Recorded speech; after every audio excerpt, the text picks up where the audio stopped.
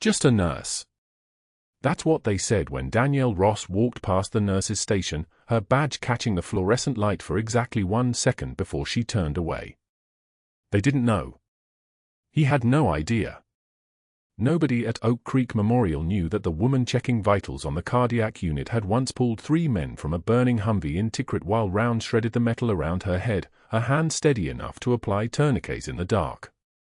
Nobody knew that beneath those oversized scrubs was a woman who had spent 23 years as Senior Chief Petty Officer Ross, the one they called Valkyrie in the teams. The room went dead silent the moment she entered it, not because she demanded attention, but because she didn't ask for it.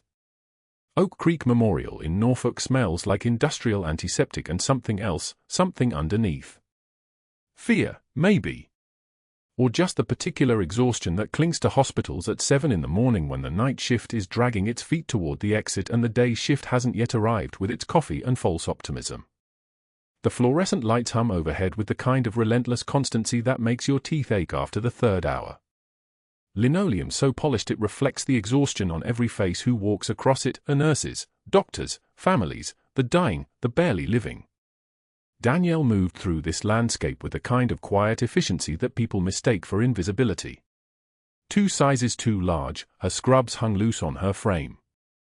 Her dark hair pulled back so tight it hurt, scraped away from her face like she was trying to remove the last traces of who she used to be.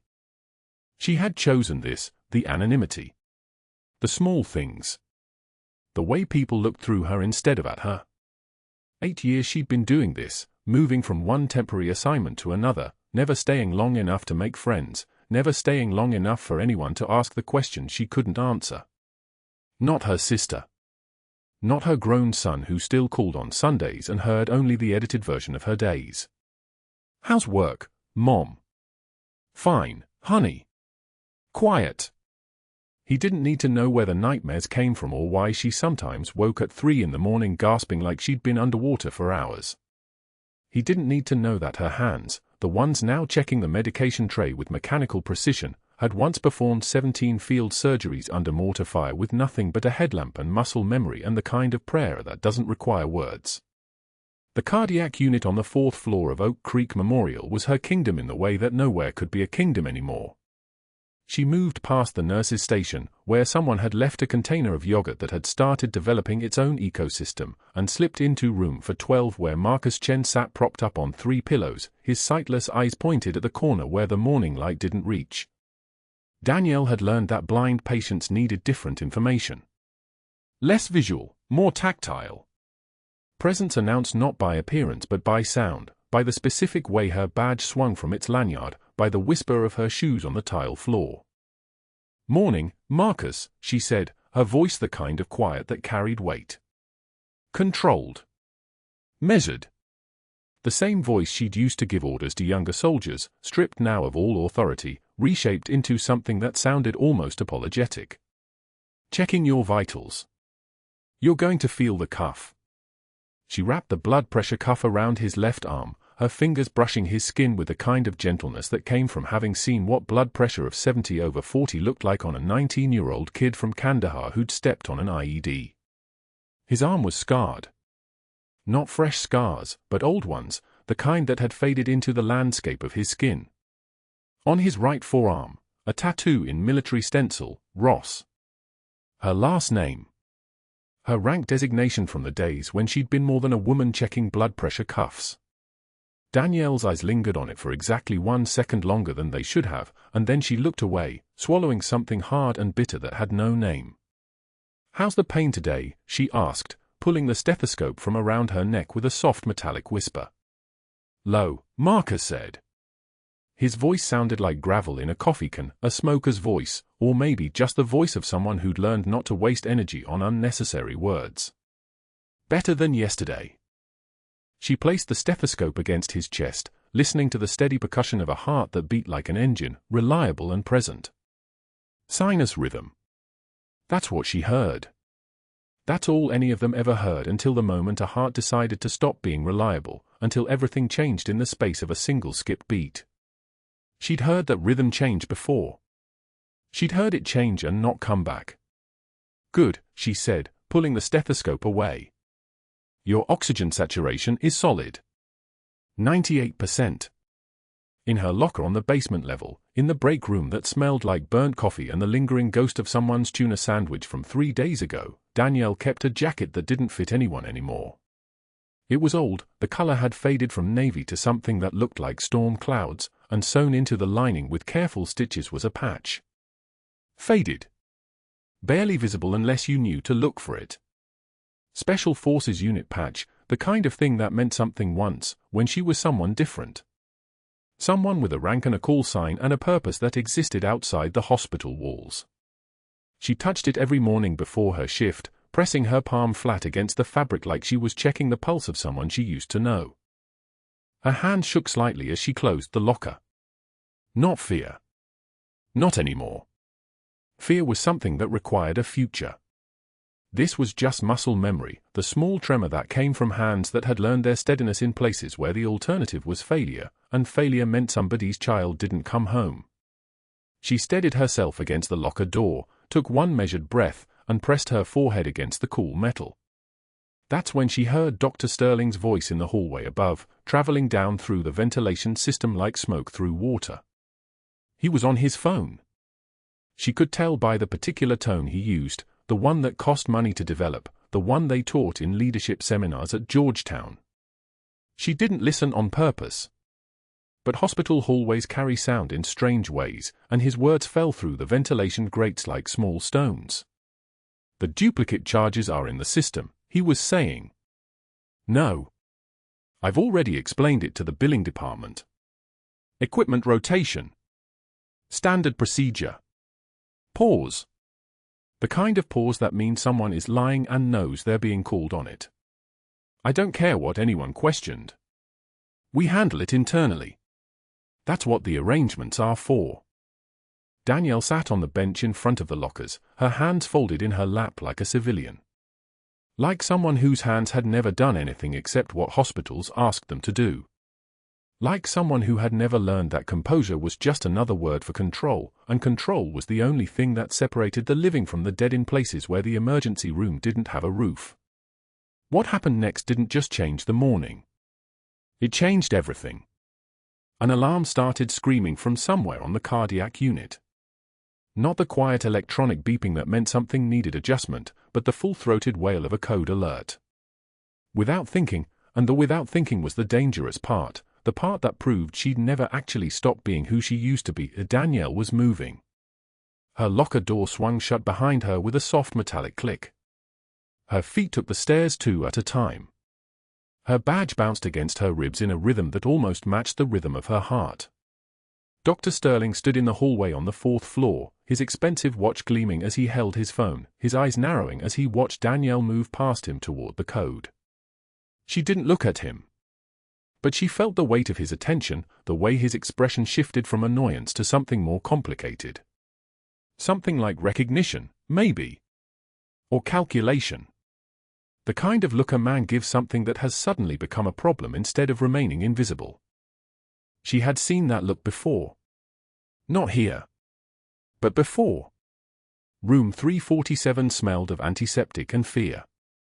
Danielle adjusted Mrs. Garcia's fur line with the precision of someone who had performed this motion 10,000 times, her hands moving with the muscle memory of a medic who had threaded needles in sandstorms and darkness. Dr. Sterling stood at the foot of the bed, chart open, his tailored white coat crisp as a command uniform. His voice cut across the room like a blade finding soft tissue. Nurse Ross, perhaps you could explain why Mrs. Garcia received Dilaudid instead of morphine. He didn't look up from the chart. He didn't need to. The room had already begun to contract around her. The Garcia family, husband, 2 adult daughters, a grandson holding a balloon that said "Get well soon," turned slightly, suddenly very interested in the monitor displays and the rain streaking the window behind the bed. Danielle's hand stayed steady on the 4 bag. The patient has a documented morphine allergy, doctor. It's flagged on page 2. Her voice came out level, measured, the voice of someone reporting coordinates to a command center. Professional. Correct. Bulletproof. Sterling smiled. The smile of a man who had never been told no by anyone who mattered. I see Nurse Nervous decided to practice medicine without a license again. He closed the chart with deliberate slowness. How refreshing. Perhaps next shift you could focus on what you're actually trained to do. Fluff pillows. Smile at families. Leave the critical decisions to those with actual credentials. Mrs. Garcia's daughter made a small sound. Not quite protest. The grandson's balloon drifted slightly as he shifted his weight. Danielle's jaw tightened, 1 millimeter, no more. She did not look away from the pump. She did not defend herself. She simply said, I followed the protocol you signed, doctor, and turned to check the cardiac monitor. Sterling lingered for 3 seconds. Long enough for the insult to settle into the room like sediment. Then he moved to the next bed, trailing his entourage of interns, and Danielle allowed herself one single breath that wasn't performance. Her left eye burned. She blinked once, felt the tear slide down her cheek, and wiped it with the back of her hand while checking vitals on autopilot, blood pressure stable, oxygen saturation holding at 96%, heart rate elevated but manageable. All data. All information. Nothing personal. The break room was a minefield. Danielle learned this 2 days later when she carried her lunch container, yesterday's rice and grilled chicken, 387 calories, the same meal she'd eaten for the past 5 years, to the table by the window. The moment her shoes crossed the threshold, 6 nurses simultaneously remembered urgent tasks. One grabbed her coffee mid-sip. Another checked her watch with theatrical urgency.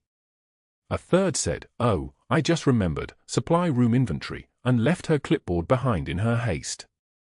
Within 40 seconds, the room had emptied except for the cooling coffee cups left on the formica table, steam still rising from their surfaces like ghosts. Danielle sat alone. The clock on the wall ticked with mechanical precision. 12 minutes until her break ended. She ate without tasting the chicken. Drank water instead of the coffee that everyone else was allowed to enjoy in community.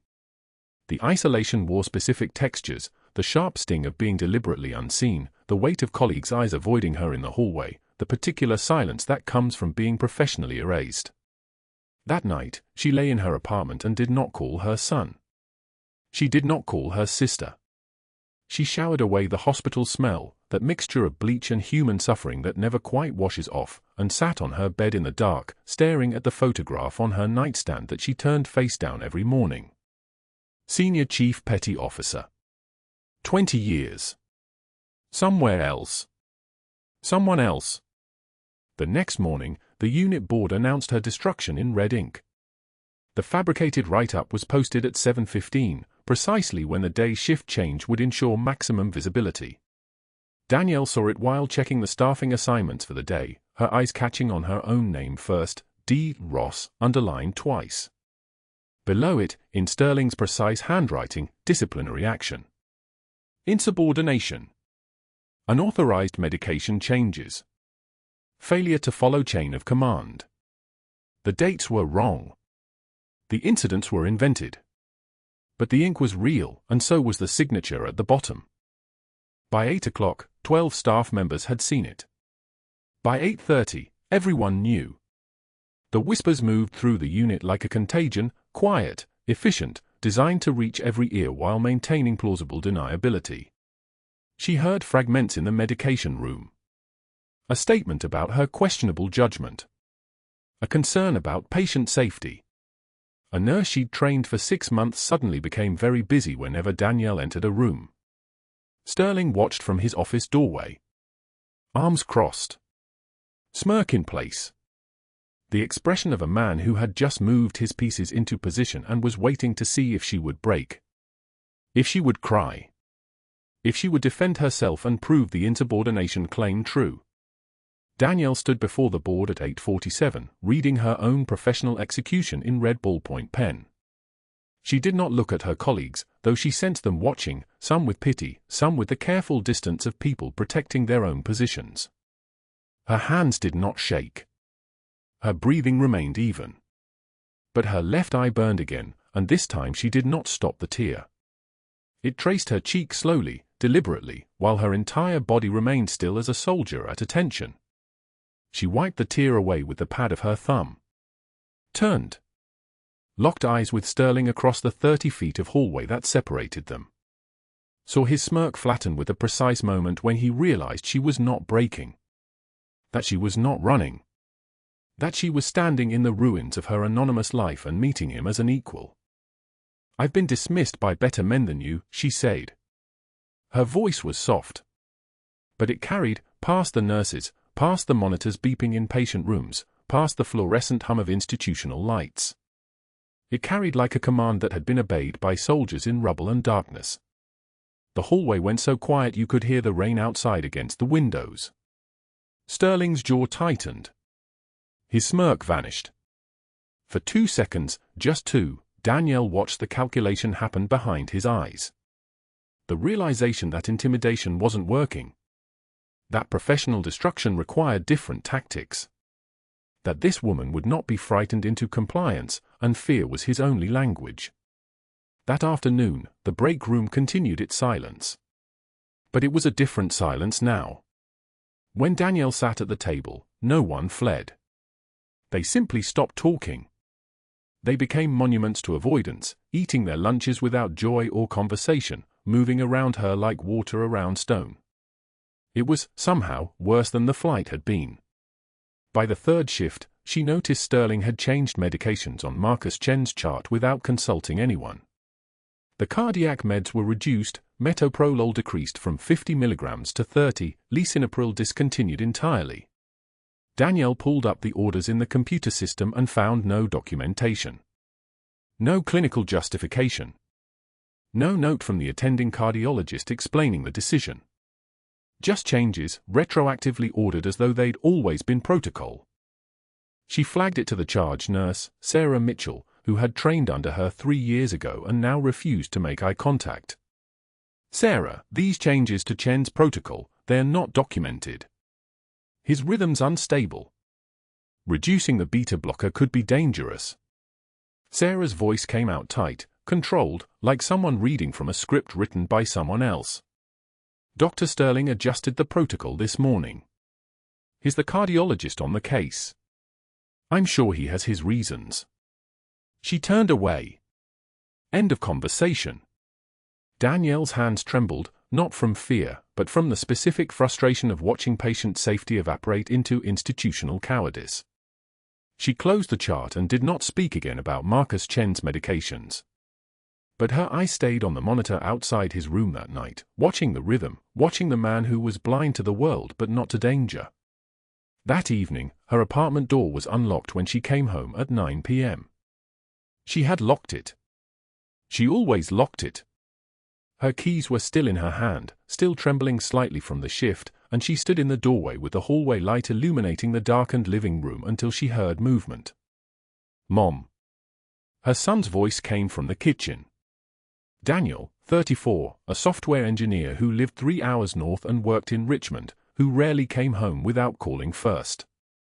He stood in her kitchen in his work clothes, concern written across his face like a diagnosis. "Your door was open. I knocked twice. You didn't answer your phone." Danielle set down her keys. Removed her badge. Sank into the nearest chair still wearing her scrubs, the institutional blue of them suddenly feeling like armor that no longer fit. "I'm fine," she said, but her voice cracked on the second word, and Danielle's concern deepened into alarm. "Mom, what's wrong? Did something happen at work?" She didn't answer. She couldn't answer. She simply pulled him into an embrace that lasted too long, her chin resting on his shoulder while she stared at the wall and said nothing at all about fabricated write-ups or isolated break rooms or the weight of being professionally erased by a man whose corruption she had simply noticed. "I'm fine," she repeated into his jacket, and meant nothing by it except that she was still breathing, still standing, still intact. The next morning, Marcus Chen's monitor alarmed at 10:17. Not a soft alarm. A code alarm. The kind that stops conversations mid-sentence and pulls nurses from patient rooms like magnets finding steel. "Room for 12. Danielle was charting on the opposite end of the unit when she heard it, when the intercom crackled and a voice said code blue, cardiac, room for 12, and something in her chest tightened with the specific knowledge that comes from years of watching sick people become dying people. Sterling was in that room. She knew this because he had spent the morning conducting a hospital tour for 8 pharmaceutical investors, men in suits that cost more than her monthly rent, trailing through the unit on a special access tour arranged by the board chairman. Sterling had been pointing out that state-of-the-art cardiac monitoring in room for 12 when the monitor began its desperate screaming. The crash cart was there in 40 seconds. But Danielle was already moving. The crash cart was there in 40 seconds. But Danielle was already moving. She didn't wait for protocols. Didn't wait for Sterling's permission. Didn't wait for the code team thundering down the hallway with their equipment and their hierarchy and their 17 seconds of lag time that Marcus Chen didn't have. His chest had caved inward like someone had pressed a fist against his ribs from the inside. Jugular veins distended. Pulse thread thin. Monitor showing electrical chaos, flutter without purpose, the heart trying to beat against the weight of fluid pressing down on it like a hand closing around a throat. Sterling stood in the doorway. Behind him, the investors in their pressed suits and their polished shoes, cameras at ready for the hospital tour that was supposed to showcase excellence, innovation, the cutting edge of cardiac care. Sterling's face went white, but not the white of concern. The white of calculation. A patient coding during his tour. A patient coding meant failure. A patient coding meant the presentation tanked, the donations dried up, the board noticed. His hand came up. Not to help. To block. Wait for the team. Protocol. Danielle had already moved past him. The crash cart sat 15 feet down the hallway, silver rails gleaming under fluorescent lights that buzzed like insects trapped in glass. She grabbed a 16-gauge needle, the blue hub smooth against her palm, familiar as breathing, and turned back to Marcus. 30 years old. Blind from an IED 17 years ago. A faded tattoo on his forearm, Ross. Her call sign. He didn't remember her anymore. His memory had burned away with his eyes. But his body did. His body always remembered. She positioned him at 30 degrees, one hand steadying his shoulder. The other found the subxiphoid notch, the soft triangle where ribs met sternum, where the pericardium lay beneath like a water balloon pressed against a failing pump. 45 degrees toward the left shoulder. Advance with gentle pressure. Let the anatomy guide the needle. Let the body tell you what it needs. Her hand stopped shaking. 20 years of combat medicine didn't forget. 20 years of Tikrit dust and mortar fire and holding lives together under canvas tents with generators running on fumes and prayers, that muscle memory didn't retire just because she did. It waited. Dormant as scar tissue. Ready to fire the moment her brain got out of the way and let her hands remember what they were built to do. The needle advanced. 1 centimeter. 2. Then dark red blood in the syringe. She pulled back on the plunger and pulled back and kept pulling, and the blood came, a steady stream of it, the backup, the pressure, the thing that was killing him. 15 milliliters. 20. The monitor shifted mid-pull, the electrical chaos smoothing into something recognizable. A rhythm. His rhythm. His pulse climbed from the basement back toward something that looked like life. Get an EKG, Danielle said. No, please. No apology.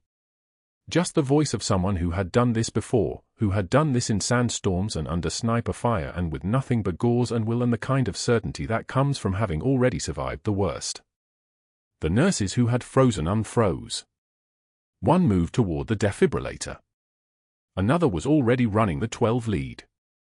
The code team burst through the doors at the far end of the hallway, 4 of them, chests heaving, crash cart bouncing like they were running through surf. They stopped when they saw her hand inside Marcus's chest cavity, saw the blood already draining, saw the monitor already climbing. Saw a patient who should have been dead, being brought back by a woman in scrubs who stood like she was carved from something harder than bone. Marcus's chest rose. Actually rose. Air moving in and out like a person breathing. Like someone who wanted to live. Sinus rhythm, the monitor announced, its voice flat and automated. Stable. Sterling was still in the doorway. Still watching. The investors had gone quiet the way people go quiet when they witness something that doesn't fit their framework, something too competent, too precise, too far outside the lines of what a hospital nurse is supposed to be capable of. His face had shifted from white to something else. Something harder to read. Recognition, maybe. Fear. The moment when a threat you've been trying to eliminate just proved exactly how dangerous it was. The code team moved in, and Danielle stepped back. She didn't move fast. Didn't break. Didn't show anything on her face except professional focus. Patient experienced acute cardiac tamponade. I performed needle pericardiocentesis at the subxiphoid approach. Approximately 30 milliliters of fluid. He was in full arrest 2 minutes ago. You've got a stable rhythm now. He needs to go to imaging, might need a drain tube if the fluid reaccumulates. She said it like she was reading a shopping list. Like she hadn't just pulled a man back from the edge of not existing. Like her hands weren't still remembering the weight of a surgical needle in Tikrit dust, the taste of copper and adrenaline, the way a human body felt when you were the only thing standing between it and oblivion. One of the code team doctors, tall, female, the kind of presence that filled space, looked at her. Really looked at her.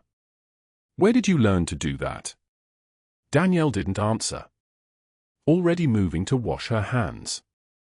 Already folding back into the role that fit her life now.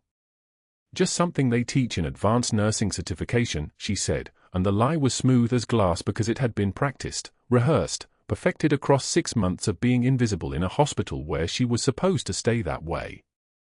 But that wasn't the worst part. The worst part was what happened in Sterling's office at exactly 1:33 p.m.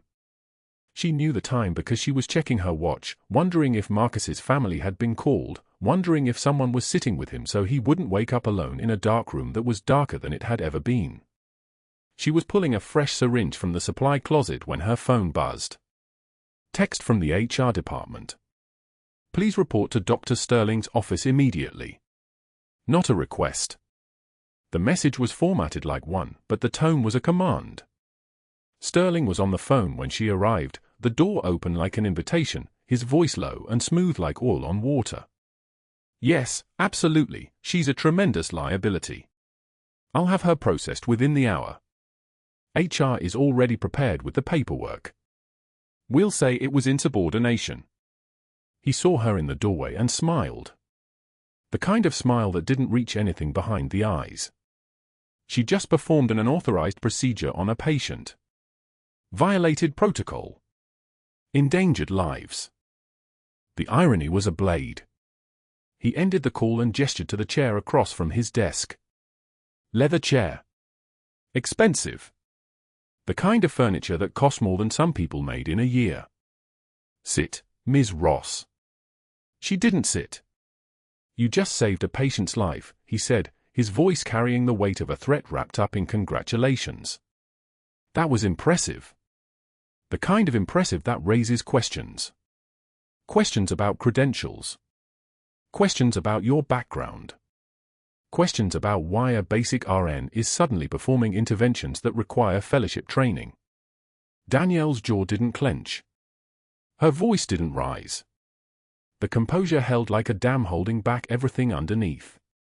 He was in cardiac arrest. Protocol doesn't apply when someone is actively dying. Protocol always applies. Sterling leaned back in his chair. And now I'm afraid we have a serious problem. Your actions today have created significant liability for this institution. You operated without attending physician oversight. You didn't wait for the crash team. You made unauthorized decisions. He opened a folder on his desk. A red write-up. Not today's date. Last week's. Fabricated. Combined with your previous insubordination, the pattern is clear. We're going to have to let you go. It wasn't a conversation. It was a closing statement. He'll need monitoring, Danielle said. His pericardium could refill. If he goes into arrest again and nobody recognizes the signs, that's not your concern anymore. Sterling stood. Security is waiting downstairs. You'll clear your locker and surrender your badge. This is effective immediately. The fluorescent light overhead buzzed like something dying, and Danielle felt the moment like a physical thing, the door closing, the hand that had just saved a life being tied behind her back by a system that couldn't afford to let anyone be too competent, too dangerous, too much of a liability to the people it was designed to protect. She didn't argue. Didn't fight. Didn't let him see anything except the neutral professional face she'd been wearing for 6 months. I understand, she said, and she did, completely. She understood that she'd broken her own rules by being too good at what she'd been trained to do. She understood that Sterling had been waiting for exactly this moment. She understood that Marcus Chen was awake somewhere in this hospital, in a bed that smelled like antiseptic, in a darkness that was absolute, and she was about to be gone. She understood, finally, that hiding wasn't safety. It was just a longer kind of death. Within the hour, Dr. Sterling made 3 phone calls. The first went to Richard Bancroft, the hospital board chairman, somewhere off the coast of the Bahamas where a yacht the size of a small hospital bobbed in crystalline water. "Richard, we have a problem," Sterling said, his voice tight with rehearsed concern. "One of our nurses, Danielle Ross. She's been asking questions about our supply chain, nosing around billing. Hostile toward administration. I'm worried about patient safety." He didn't mention the pericardiocentesis. He didn't mention that she'd saved a man's life while he stood frozen. He mentioned only that she was unreliable and possibly unstable, letting the implications hang like blood in water. Bancroft, whose money came from pharmaceutical contracts and who understood the value of nurses who didn't ask questions, said 3 words, "Handle it quietly." The second call went to Staffing Solutions temp agency in Virginia Beach. "This is Dr. Sterling at Oak Creek Memorial. I'm calling about one of your placements, Danielle Ross." The voice on the line shifted, cautious, suddenly aware that a hospital administrator was calling about one of their workers. "She's been with us 6 weeks, and we've had some concerns. Performance issues. Attitude problems. Conduct we can't document yet, but we're monitoring." He let silence do the work. "I wouldn't recommend placing her elsewhere without further evaluation." The temp agency contact, a woman named Patricia who'd been in the business long enough to know that hospitals were sources of repeat contracts, wrote Danielle's name in red on her computer screen and changed her status to under review, do not place. The third call was to Marcus Holloway, an HR investigator from Richmond who'd done Sterling 2 favors in the past, once looking the other way during a sexual harassment complaint, once burying a medication error in a sealed report. "Marcus, I need you to come to Norfolk today, if possible. We have a nurse who's become a liability. I need documentation, an investigation, termination paperwork. Clean and quick." Holloway, who charged $300 an hour and owed Sterling nothing but understood that maintaining relationships with hospital administrators was profitable, said he'd be there by 4 o'clock. "What's the charge?" he asked. "Unprofessional conduct," Sterling said. "Create something. Practicing beyond scope. Insubordination. Mix it together and make it look thorough." By 2:30 in the afternoon, security escorted Danielle out of Oak Creek Memorial. Tom, the older guard who'd worked the hospital for 17 years and whose daughter was a nurse in Raleigh, carried her cardboard box, the one they'd given her when she arrived 6 weeks ago with almost nothing. Inside it now, a framed photo of her son at his high school graduation, the stethoscope she'd bought with her own money, a thermos, the jacket with the faded unit patch sewn inside the lining where no one would ever see it. Tom's face was ash-colored. "I'm sorry," he muttered as they passed the break room where 3 nurses quickly looked away. "Orders from the top." They passed the unit board where her red-inked write-up still hung, visible to every nurse on shift. They passed room for 12, where Marcus Chen slept unaware that the woman who'd saved his life was being removed from the hospital, that her hands would no longer be available if he crashed again, that Dr. Sterling had already charted that Danielle Ross was no longer assigned to his care. In HR, Danielle signed termination papers while Marcus Holloway watched with crossed arms, his face blank as a closed door. The allegations were vague by design: unprofessional conduct, practicing beyond her scope of licensure, creating a hostile work environment, failure to follow chain of command. No specifics. No way to fight what wasn't actually stated. Danielle's temp agency contact at Staffing Solutions wouldn't return her calls. The voicemail, when she finally heard it 3 days later, said her contract was under review and they'd be in touch when a determination was made. But that night, driving home in her Honda with 8 hours of held-back sobs finally breaking through, Danielle understood that she'd never hear from them again. She sat at her kitchen table as afternoon light collapsed into evening. She didn't turn on the lights. The scrubs clung to her skin, still damp from the shift that had ended with security walking her to the parking lot. The kitchen was small and clean, the kind of space a person maintains when they're trying to prove to themselves that control still exists somewhere. The table was the same one her son had done homework at as a child, before his father left, before she'd learned to bury everything she was underneath everything she pretended to be. Her son, Marcus, she'd named him after her first commanding officer, came home at 6:30, his shift at the auto shop ending with grease under his fingernails and exhaustion written across his 23-year-old face. He called Mom when he saw her car in the driveway on a workday, his voice carrying the first note of concern. He found her at the kitchen table, shoulders shaking with 8 hours of sobs held back through the HR paperwork, through the walk past her colleagues, through the drive home while her hands gripped the steering wheel so hard her knuckles had turned white. Tears streamed down her face. Her hands pressed over her mouth to keep the sounds in, but her entire body was shaking with the effort of containing something that had been contained for too long. Mom? Mom, what happened? Why are you home early? Marcus dropped his bag and moved toward her, 17 again, suddenly aware that his mother, the strong, quiet woman who never complained, never wavered, never showed weakness, was breaking. She couldn't form words. Her throat locked. She tried 3 times. Finally, I tried to save someone. He held her while she collapsed, her shoulders bent, her breath coming in gasps that sounded like drowning. He didn't understand that she wasn't just crying about the job. He didn't know that the nightmares that woke her at 2 in the morning, the one she muffled against her pillow, came from Tikrit. He didn't know about the 3 men she'd carried from a burning Humvee, the 2 she'd saved and the one she'd held as his blood soaked through her hands and he died anyway. He didn't know that she'd walked away from 20 years of service because the PTSD made her hands shake too badly to trust them with a scalpel or a patient's life. He didn't know about the limp that came and went with the weather, a souvenir from an IED that had taken her hearing in her left ear and most of her faith in the idea that she could ever heal. She hadn't told him any of it.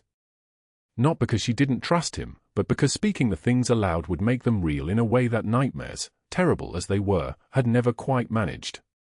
Speaking would mean admitting that the woman he called Mom, the one who worked double shifts and sent money to her sister in Maryland and never missed his appointments, was a hollow thing held together by routine and the hope that enough silence could bury the past forever.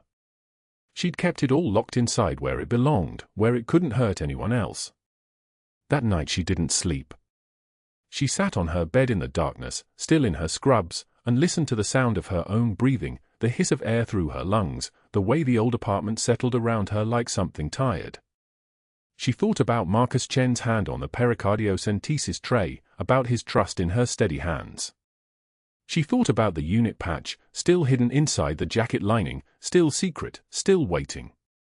She thought about the cost of invisibility and the cost of being seen, and discovered that both prices were exactly the same. 3 days later, at 10:15 in the morning, Danielle was folding laundry in her apartment when her phone rang. The caller ID said Oak Creek Memorial. Her heart stopped. Her hand stilled on the damp scrub she'd been folding without thinking, muscle memory from 6 weeks of routine. A voice on the other end, a nurse, Rachel, the same one who'd abandoned her at lunch, was shaking. Ms. Ross? This is Rachel from the unit. Marcus Chen is asking for you. He won't settle down. He's asking for someone named Valkyrie. I think he means you. Can you come? Danielle almost hung up. Almost deleted the number. Almost let the phone ring into silence and kept folding laundry in her apartment where she was safe. But she'd spent 3 days in that silence, and it felt like drowning in reverse, pulled down not by water but by the weight of everything she'd tried to leave behind. She drove to Oak Creek Memorial without changing out of her home clothes, her hand steady on the wheel in a way that surprised her. The parking lot stopped her cold. 3 military Humvees, olive drab and identical, sat in the far corner. 2 black SUVs with government plates gleamed under the Norfolk sun. A cluster of men in dress uniforms stood near the main entrance, not the casual bearing of casual personnel, but the knife-edge posture of men trained for precision and command. One of them turned as she pulled in, and even at this distance, she recognized the bearing of someone with authority sewn into their spine like muscle memory. Her heart hammered against her ribs. She parked in the back lot and entered through the staff entrance, taking the stairs to avoid questions, moving like someone who still belonged here. The familiar hallways felt strange, hostile, as if they'd rewired themselves in the 3 days since she'd walked out. Room 412's door was open. Marcus Chen sat upright in his bed, his scarred, sightless eyes wet with tears, his hand reaching toward the doorway as if he could sense her approach the way he'd sensed so much else. When her hand touched his fingers found hers and gripped like a drowning man grabbing rope. He pulled her closer, and his voice when it came was barely a whisper, scraped raw with emotion. "Valkyrie," he said. 3 days. 72 hours of folding laundry in her apartment, of staring at her phone screen without unlocking it, of her son bringing groceries she couldn't taste. Then the call came at 4:44 p.m., the hospital's main line flashing on her screen. She almost didn't answer. Her thumb hovered. Then she pressed it to her ear. "Ms. Ross? This is Rachel Chen from Oak Creek Memorial. Marcus, the patient you cared for, is asking for you. He's been very clear. He wants only you here. Will you come?" Danielle's breath caught. Not from fear. From something she couldn't name yet. 34 minutes later, she pulled into the parking lot at Oak Creek Memorial and the world shifted. Military vehicles lined the drive, a Black Hawk helicopter sitting on the lawn like some massive predatory bird, its rotors still, its presence immense. Humvees. 2 unmarked sedan SUVs with government plates. A security checkpoint had been established at the main entrance where naval personnel in dress uniform checked IDs. She sat in her car for 3 seconds, hands gripping the steering wheel, and then she moved. Her body knew what to do before her mind caught up. The Marine at the checkpoint scanned her ID and nodded. He already knew who she was. Of course he did. She walked through the corridors of Oak Creek Memorial like a ghost returning to the place of her own haunting, past nurses who stopped mid-conversation, past Dr. Hayes from radiology who dropped his coffee cup without breaking eye contact with her. The fluorescent lights hummed their mechanical monotone as she climbed the stairs to the cardiac unit. Room for 12. The door was closed. She pushed it open.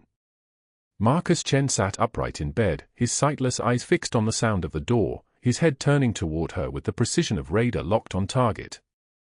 His forearm bore that faded tattoo, Ross, and his left hand trembled as it reached across the bed. Danielle moved to him without hesitation. Her hand met his and his fingers closed around hers with the grip of a man holding on to life itself. "Valkyrie," he whispered, and his voice fractured like old glass. Tears traced his scarred face. "You came back." The room held its breath. Behind her, a door she hadn't noticed opened. Her son stepped through the threshold, his face wet, his voice breaking as he addressed her with the formality of someone reciting scripture, Senior Chief Petty Officer. A nurse Danielle recognized, Rachel, the one who'd hung on Sterling's every cruel word, stood with a personnel file trembling in her hands. She began to read, her voice barely steady, 3 Purple Hearts. 2 Bronze Stars. Navy Cross. A man in dress navy blues, SEAL team insignia on his chest, the unmistakable bearing of someone who'd carried authority through live fire, stepped forward from the corner where he'd been standing in shadow. Silver Star for Valor in Tikrit. Distinguished Service Medal for 23 combat missions. He paused. Senior Chief Petty Officer Ross, your service record is classified, but what we can say is that the men you saved never stopped talking about you. An older man in a charcoal suit, FBI credentials displayed on a lanyard, cleared his throat. We've been investigating Dr. Sterling for fraud for 6 months. The medical supply kickback scheme, the phantom equipment invoices, the offshore accounts, all of it. Your questions about those invoices triggered our audit. You handed us the thread that unraveled everything. He looked at her directly. Thank you for seeing what others missed. The moment stretched. Marcus squeezed her hand harder, his other hand lifting until his fingers found her name badge, tracing the letters as if touch could resurrect memory. His breath came in gasps. Valkyrie. Carried me. Through fire. Through. I remember, Danielle said quietly. The room went silent at the weight of those 3 words. Not denial. Not false modesty. Not the careful deferential voice of the nurse they'd all dismissed. This was a different voice entirely, one that had commanded men in enemy territory, that had made split-second decisions about who lived and who didn't, that had carried the weight of other people's survival the way ordinary people carried groceries. The nurse reading the file began to cry. I'm so sorry. He told us you were, he said you weren't qualified. I know what he said. Danielle's voice was flat. Not anger. Just fact. You believed him because you were supposed to. That was the point. Down the corridor, an elevator chimed. Security escorted Dr. Sterling toward the room, his face already pale, his attorney nowhere in sight. He saw the military uniforms and stopped moving. Stopped breathing, it seemed. The SEAL team leader turned, blocking the doorway. Sterling's mouth opened and closed. His hands clenched. That was when Tom, the security guard who'd carried her cardboard box 3 days earlier, stepped into Sterling's path. Tom was 58, grey at the temples, had worked hospital security for 22 years. He'd looked away when Sterling humiliated Danielle in front of patients. He'd followed protocol when handing her the box of her belongings. Now he held an identical box, this one heavier, filled with Sterling's desk contents, his diplomas, the framed photo of his vacation home in the Outer Banks, the one currently being seized by federal agents. Dr. Sterling, Tom said, his voice like gravel in a truck bed. I believe you know the way out. Sterling's face went the color of old bone. He turned and walked. No one stopped him. No one needed to. The sound of his shoes on the tile grew fainter, then faded entirely. In room for 12, Marcus Chen was crying, and Danielle was letting him, her hand steady in his, her head bowed but her shoulders straight. The SEAL team leader excused himself. The nurse left. The FBI agent made a phone call outside the door. Her son remained, standing at the foot of the bed, watching his mother as if seeing her for the first time. The hospital CEO arrived within the hour with a formal apology, a reinstatement with full back pay, and a settlement offer. Danielle looked at Marcus still holding her hand, then back at the CEO. I want the veterans wing. Fully funded. Operational in 6 months. And I run it. The CEO's attorney was already on his phone with the board chairman. 20 minutes later, the answer came back, yes. All of it. Yes. The FBI seized Sterling's personal accounts that night. His medical license suspension became permanent by morning. The supply company he'd partnered with flipped immediately, handing over 847 invoices documenting phantom equipment, kickback payments disguised as consulting fees, a network of fraud that reached to 3 other hospitals across Virginia. Sterling's vacation home in the Outer Banks went to auction. His attorney withdrew from his case. The nursing staff who'd watched his cruel campaign against Danielle, watched and done nothing, now stood in clusters outside her room, their faces marked with the particular shame of people who'd chosen comfort over conscience. 6 months later, the veterans wing opened. Danielle cut the ribbon wearing new scrubs with her rank insignia embroidered on the pocket, a choice this time, not a secret. The $2.3 million settlement she'd received from Sterling's assets and the supply company's fraud restitution created a facility that would serve 847 veterans in its first year alone.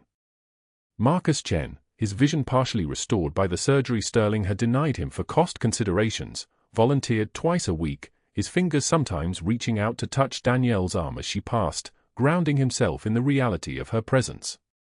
In her office locker, Danielle kept the faded unit patch she'd sewn inside her jacket lining, the one Marcus had touched that day in room for 12, his fingertips tracing raised embroidery that connected to muscle memory, that brought him back to a burning Humvee and a voice calling through smoke and fire. The one he finally recognized. At Norfolk Town Center Mall, in the space between a cell phone kiosk and a pretzel stand, Dr. Sterling sat at a folding table wearing a cheap polo with an insurance company logo. He handed flyers to shoppers who didn't make eye contact. His medical license was permanently revoked. The trial was scheduled for spring. 17 years of practice, gone in 72 hours. Tom the security guard visited Danielle's wing during his shifts now. He transferred to hospital administration after Sterling's dismissal, and he came to watch her work, to watch the woman he'd underestimated, the woman he'd watched Sterling humiliate, the woman who'd carried men through hell and called her by a name that meant warrior. He told her once, his voice rough, "I carried your box that day. Felt wrong in my hands. I'm glad I got to carry his instead." Her son, training now as an EMT, worked the night shifts beside her on weekends. He finally understood why his mother woke at 3 in the morning, why loud noises made her hands shake, why she moved through the world like someone carrying weight no one else could see. He'd grown up watching a woman she'd tried to hide from him, and now he was learning to see what everyone else had missed, not weakness, but the particular kind of strength that only comes from survival. The veterans' wing filled with men and women who'd been told they weren't worth the time, the money, the effort. Now they were Danielle's priority, and she moved through that space the way she'd moved through Tikrit, with purpose, with precision, with a kind of quiet authority that made people listen. Not because she demanded it. Because she'd earned it in ways they couldn't see. In her pocket, she kept the unit patch. Sometimes she touched it the way Marcus touched her badge, grounding herself in the reality of who she was, who she'd always been. The woman who'd walked into Oak Creek Memorial 3 months ago with her history hidden, her hand steady, her eyes forward. The woman who'd saved a blind veteran's life not once but twice, once in the desert, once in a hospital room filled with military uniforms and federal agents. Not all heroes wear capes. Some wear scrubs. And sometimes they spend months teaching the world that underestimation is the biggest mistake you can make. If you know someone like Danielle, someone whose quiet strength masks a profound capability, share their story. Subscribe for more stories of hidden heroes, of second chances, of the cost of choosing conscience over comfort. What would you have done in that break room? Let me know in the comments. And like this video if you believe heroes walk among us.